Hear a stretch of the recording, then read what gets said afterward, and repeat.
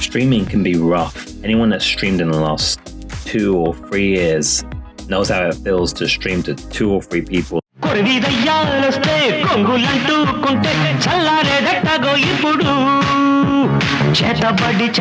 discussing whether you should stream on YouTube or Twitch or Facebook or anywhere else for that matter.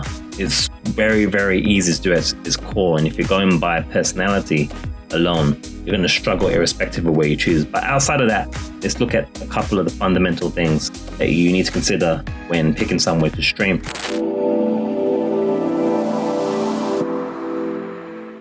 So if you're trying to figure out where you should stream in 2021, which is the safest, most fruitful place to stream, there's 3 things that we can break down. There's probably more, and if I've missed any and you have any other ideas or you want to share, whatever you put in the comments below. Subscribe for more on the rest of it. Let me know your stories, guys. Let's share each other's stories of 2-3 viewer streams and how much constitution it takes to continue when you feel like no one loves you. Okay, so the 3 fundamental things that we're looking at is stability. That means like, is it going to be here next year and all the rest of it? Is it safe? All the rest of the repercussions of streaming on that platform. Interaction, because that's what streaming is for. Interaction. If there's no interaction, there's no point in doing it. And then also probably what most people are looking for when they're searching for the subject, I would say, is discoverability or growth potential. We'll look at those 3 things when it comes to the 3 platforms that we're looking at. So starting with stability, the confidence you can have in a platform being around still in the next year or so. I would say Twitch is the worst in this at the moment because it has a lot of not good feeling among its users, among its fans. Even when you look in its Twitter or anything, when it's doing a post, people are always talking about either unbanning someone or fixing something or being angry about something. It's responding to a lot of the kind of things that aren't important to its business that is going to mess it up essentially, and is messing it up already. They've got the DMCA stuff still they've got to sort out that's still not working, and people are terrified of playing anything, even game music. People don't even understand the difference or not. Yeah, Twitch is very iffy at the moment. I don't know if it's going to be around in 3 years or so. I can't guarantee you that. So in that way, for stability purposes, Twitch is very, very iffy at the moment. Facebook ain't going anywhere, and YouTube definitely ain't going anywhere in the next year to 10 years. Twitch, who knows? Who knows? Amazon ain't exactly prioritizing gamers. They just want you to go and watch the next series of Jack Ryan. There's something happening here again. The Boys season 3. That's all they care about for that. So who knows? When it comes to interaction, Twitch is still the king. Nothing compares to it. Although for now, because YouTube is catching up, it's doing a whole bunch of stuff that's in better, that might be better or equal. But at the moment, Twitch is king for features in terms of interaction. So, native predictions, votes, a point system, a plethora of third-party integrations, loot drops, and even the ability to see what's in your freaking inventory while someone's playing Baldur's Gate 3, which is ridiculous, right? You can see what's in their inventory and their stats without being in their game. Definitely destroys all the other competition when it comes to interaction. But again, is it going to be around the next 3 years? Okay, so when you're thinking about discoverability or growth potential, I think this is what most people are going to be looking at this kind of video for. This is the kind of meat, I'd say. That's what everybody wants, what we all want. We want viewers, because that's the heart of broadcasting. And this one's a little bit more complicated in the answers because it really depends on the approach and, what aspects you look at. So when it comes to Twitch, I think Twitch is still best when it comes to just pure live stream growth. But from the point of view of passive collaboration, as I call it, I think. So when you look at something like the retro category, I've seen people in the last 2, 3 years, 4 years that have become partner within a space of 1 to 4 years doing something like the retro category, where you go in, you're spending all your time when you're not streaming, interacting with people that are in the same category as you or play similar games to yourself, channels that you enjoy watching, but you're really active to the point that you could be a freaking mod. That is your marketing, being there. And then when you stream, people know you from that other channel. They know the name, they see it. You get hosted, you get raided, you get loved back, you love them back, and then you grow that way, and you get to up to 100 viewers to 300, 500, 700,000 max roughly in the retro category, that strategy. And then, you can make your living that way, and it works. I've seen people doing it, still works even now. It's going to be less effective because there's going to be more and more and more and more people in the retro category. But while it's a thing, and it's something that you can't do anywhere else. when it comes to live streaming, in my opinion. Now, when it comes to Facebook's an interesting one. It's one that, to me, I've never been able to figure out. It's pretty weird. But from what I can tell with it, if you're not interested in mainstream limelight, because there's no one I can think of in Facebook, really. People are always talking about Twitch and then YouTube streamers. You don't see was that Dexterol thing? Do you ever see any article about anyone from Facebook?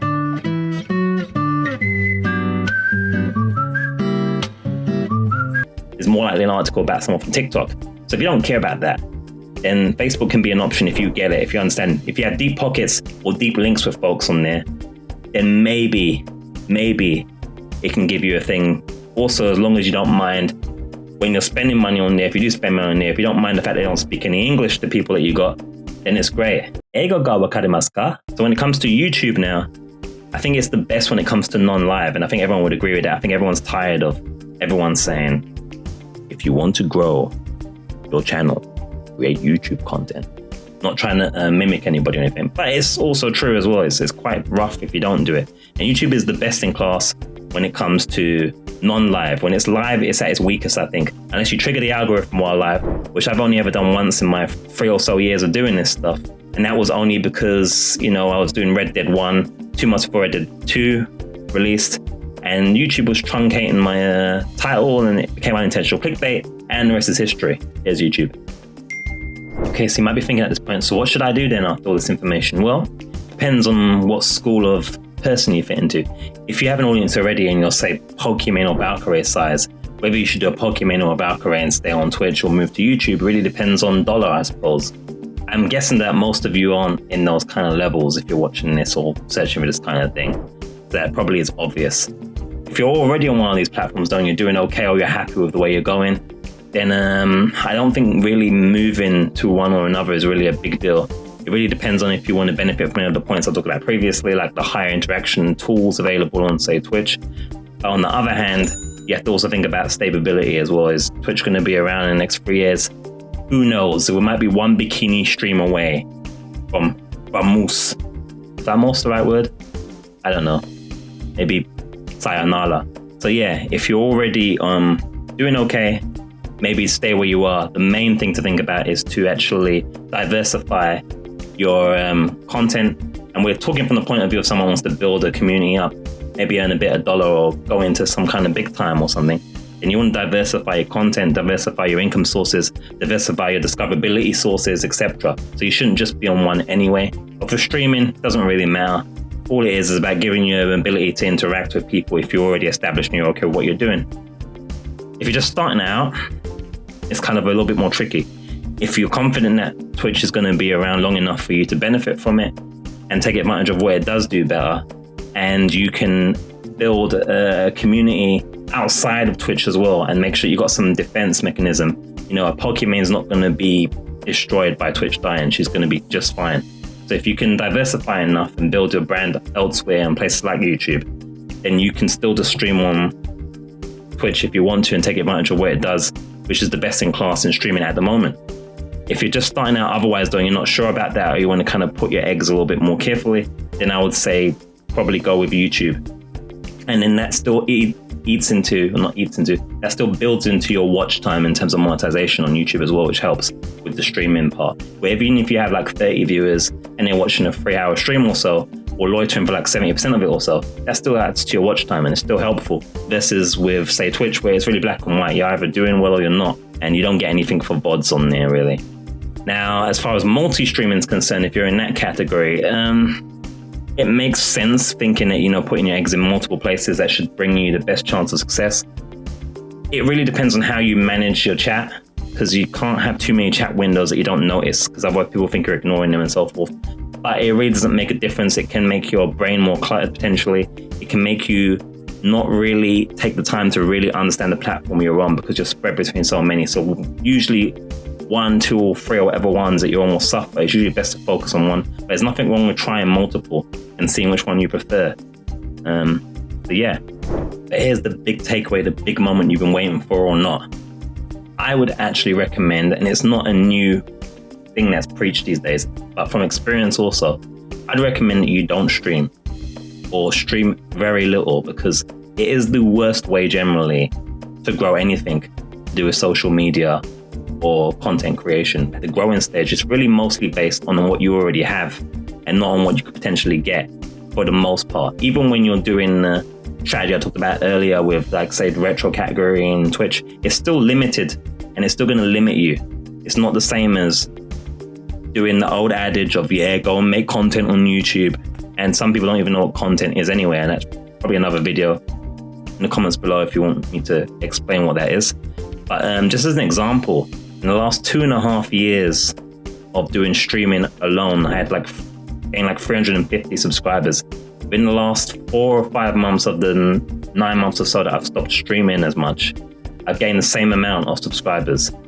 So, I mean, take that as you will. I think that's evidence enough that streaming is a bad play compared to actually making content and focusing your efforts there. It's also worth noting that there is just a lack of discoverability in live anyway, irrespective of, where you do it. Unless you're genuinely unique or dominating a category like a Cold Miko or a Dr. Disrespect, where you make real technical and personality effort, or where you do like a Ludwig, where you really focus on all the different things that are trending, you combine it with content discoverability and streaming as well, and then you find out what works, you look at the data and all the rest of it. You have to be very purposeful, otherwise you're just an average person playing video games or just chatting, and there's 1,000,000 to 1 every day of those to choose from, irrespective of whether you have breasts or not. By the way, that's not making a difference. You know what I'm saying?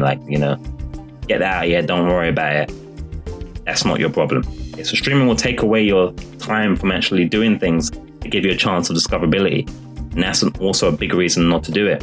And the last thing that's a problem with streaming, and why I recommend not to do it or not to do it too much, is that it has very little transferable skills. It's like playing a JRPG and going into an area that has low-level enemies. You're low level, you beat them up, you almost die, you level up, you go there, you farm, you do it over and over again. After a while, you're not getting any XP from them anymore because you're too high level. And streaming is like that. You're going to max a level at some point, depending on what exposure you get, what practice you get with people or not. And there's not going to be any benefit anymore. You're not going to be learning any skills. You're not going to be having anything transferable you can take out there into the real world or into a career or into a business. You're not going to see opportunities or have opportunities you can offer people in the space, like experience and so forth, because you're just limiting yourself to just being one-dimensional and just doing the one thing.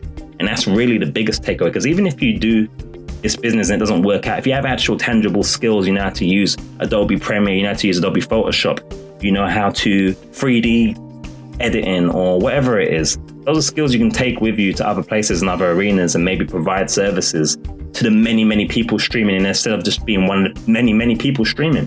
These are all serious things to think about. What I do want to finish off with, though, irrespective of all the things I've said, the main thing to remember is that you are not pointless, useless, or a failure just because you have 2, 3, or no viewers in the stream. Streaming is maxed out. There's lots of luck aspect to it. And it's really not meant to be something you're meant to do to just try and build anything. It's really more in these era of times now. It's really for people who already have a community that want to interact live. So you're just probably using the wrong tool for the job, if anything. It's not because of your personality. Don't mess up your mental health for it. Don't worry about it. Subscribe, leave a comment below. Let's encourage each other. And remember, you're a great person irrespective of whether you succeed or not with live streaming. It's not the be all end all of life. It is not what dictates how great of a person you are. Boy, I sound like such a pussy.